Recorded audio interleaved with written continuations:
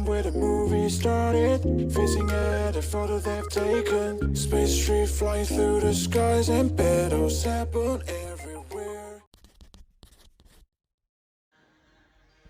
Kehadiran kami untuk menyampaikan rencana strategis gereja. Ini gambarannya begini Bapak Ibu. Kita setiap gereja punya rencana.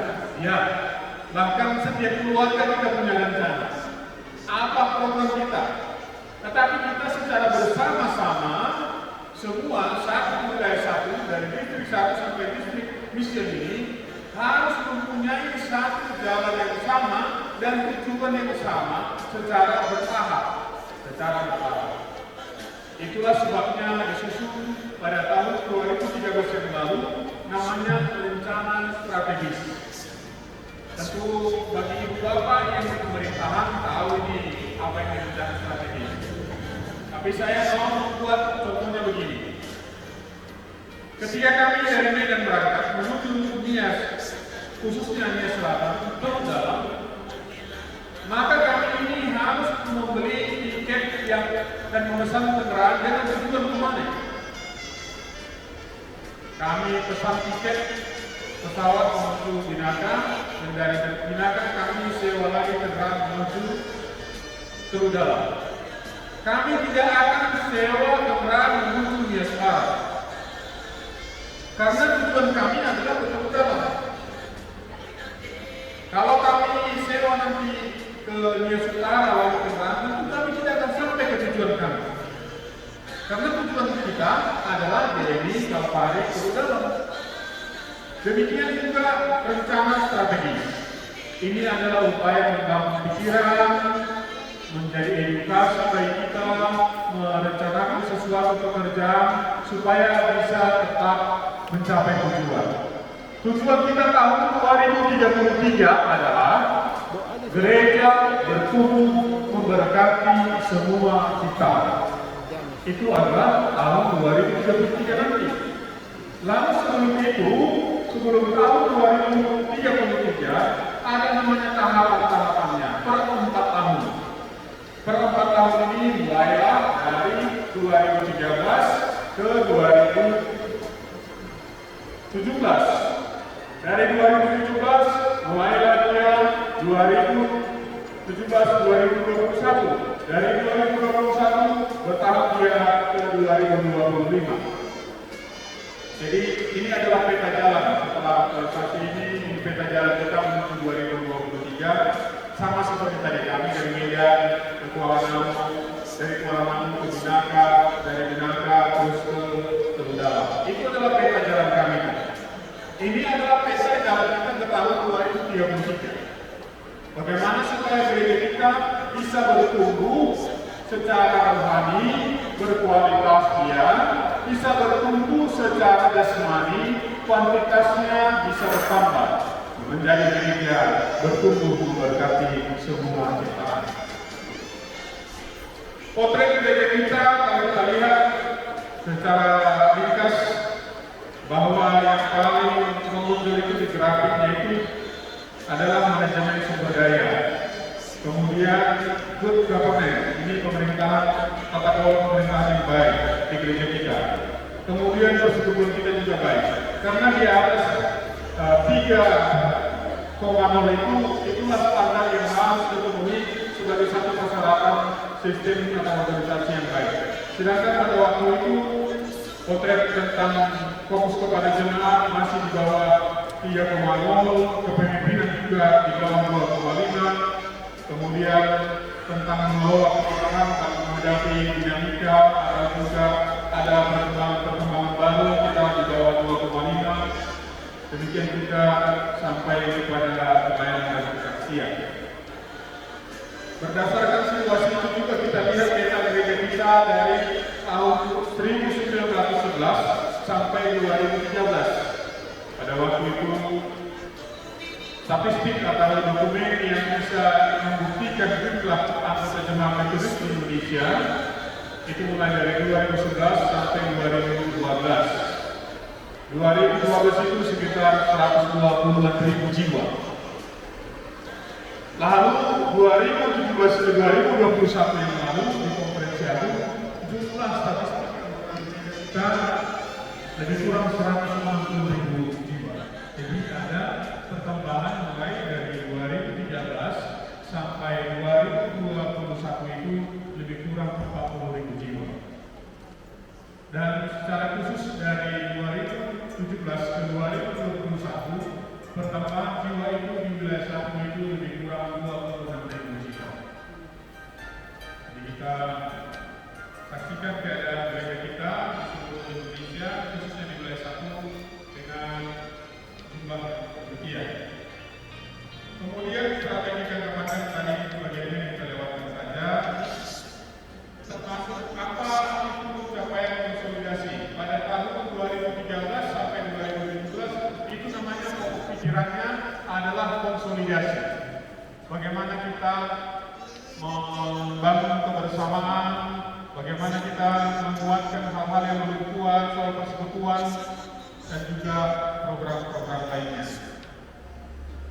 Pada umumnya di konsolidasi ini dulu dan diteladani oleh orang lain.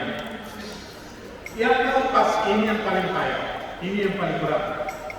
Keteladanan. Keteladanan dalam bahasa biasa apa ini? Menjadi teladan.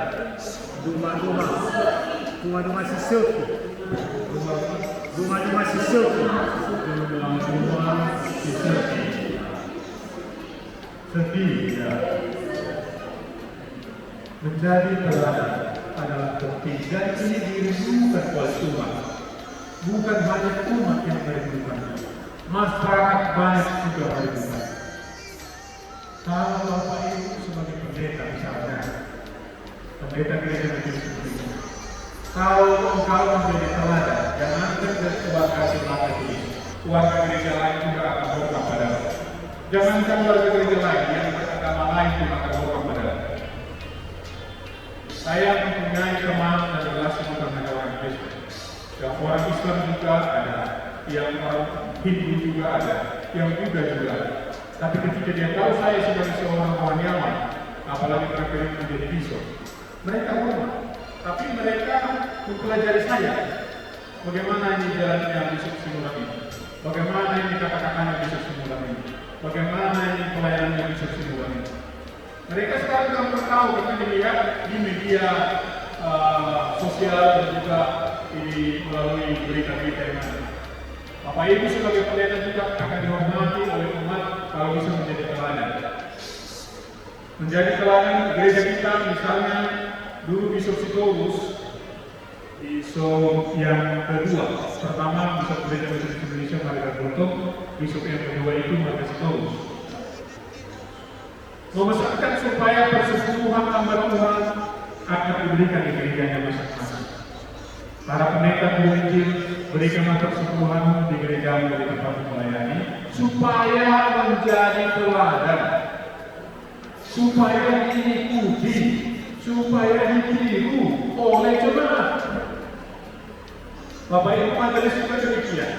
Berilah respon ketika datang menambah Tuhan, berilah persembahan. Apakah itu persembahan persekutuan, apakah itu persembahan bersyukur, apakah itu persembahan lainnya. Bisa dalam bentuk uang, bisa dalam bentuk hewan ternak, bisa dalam bentuk hasil panen, dan lain-lain sebagainya. Memberi persembahan haruslah menjadi keteladanan bagi kita.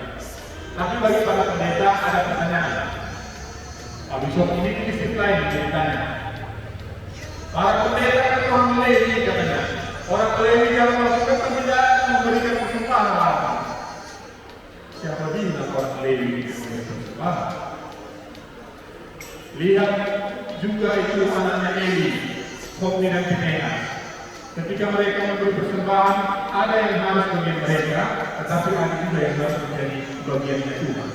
Ketika bagiannya Tuhan itu diambil, mereka tak butuh.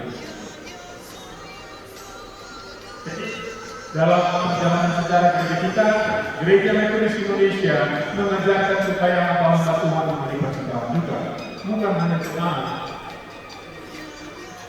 Kalau misalnya ada gereja lain melihat hamba Tuhan itu sudah persembahan, itu tidak lagi memberikan persembahan, itu bukan gereja lain, bukan gereja Metodis.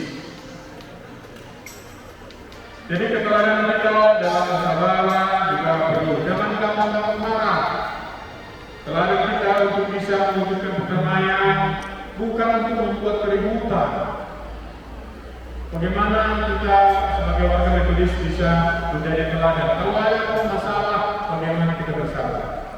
Kalau ada tantangan, bagaimana kita bisa menghadapinya? Kita harus bisa menjadi teladan. Kalau pemimpin misalnya mengecewakan, jangan langsung menjadi pemberontak. Belajarlah dan ikutilah aturan gereja kita. Sudah di atas 1 juta, 2 juta, 3 juta. Kalau 3 juta penangkapan, berilah persepuluhan 300.000. Jujurlah dengan itu. Tapi kejujuran itu bukan karena dilihat manusia. Kejujuran itu karena dilihat oleh Tuhan. Saya saksikan sendiri dan saya imani Maleakhi 3 ayat 10. Ketika saya rajin tepat waktu memberi persepuluhan, pasti cukup nafkah saya sebenarnya. Tapi kalau misalnya minggu pertama saya terima, lalu minggu ketiga baru saya kasih persepuluhan saya, tidak cukup Bapak Ibu. Saya pun tidak tahu di mana misterinya. Tidak cukup. Kurang, loh, sama ya yang saya terima. Tapi ketika saya lalai selalu memberi persepuluhan, kok ini kurang? Tetapi kalau saya tetap setia, tepat waktu di situ saya dapat, saya beri begitu. Maka kadang-kadang di akhir bulan, loh, masih ada sisa ini, masih bisa nabung ini 5.000 rupiah lagi. Memberi persepuluhan itu adalah mengikuti firman Tuhan. Jangan pikirkan gereja lain tidak beri. Pakai lagi ayat perjanjian lama misalnya. Orang Lewi tidak beri persepuluhan, di mana itu? Mari kita secara teologi mari kita bahas. Tetapi gereja Metodis Indonesia meyakini bahwa hamba Tuhan maupun umat harus memberi persepuluhan. Dan itu membuat gereja Metodis Indonesia lebih hidup. Gereja Metodis Indonesia mampu membelanjai matra hamba Tuhan. Lihatlah saudara Tuhan, apakah buah kelapa itu tidak berbuah banyak kalau kau rajin dan memberi persepuluhan. Lihatlah buah pisang apakah tidak banyak. Lihatlah buah mangga apakah tidak banyak. Tetapi akan ada musimnya juga apabila kita tidak menghayati tentang memberi persepuluhan. Maka yang ada pun bisa tidak cukup. Yang sudah kaya pun bisa tidak cukup. Mari kita hayati perihal menjadi teladan dalam memberi, baik itu ke rumah Tuhan maupun kepada orang-orang yang sangat membutuhkan. Tabel program kita untuk tahun ini, komunitas ini merupakan pembinaan bagaimana membangun kesalehan individu menjadi kesalehan sosial bagi hamba Tuhan, bagi majelis speaker dan juga bagi jemaat, PDDI, PWMI, guru sekolah minggu haruslah bisa kita terus rajin membina dan meningkatkan kualitas kita. Sampai di sini dulu mengenai aktualisasi ini bisa kita kembangkan sesuai kebutuhan kita di gereja lokal, sesuai keadaan kita di distrik masing-masing. Jadi apa yang perlu kita aktualisasikan, marilah kita aktualisasikan. Tuhan memberkati kita semua. Salam. Ya, ada kita mulai kepada Pak Bishop dan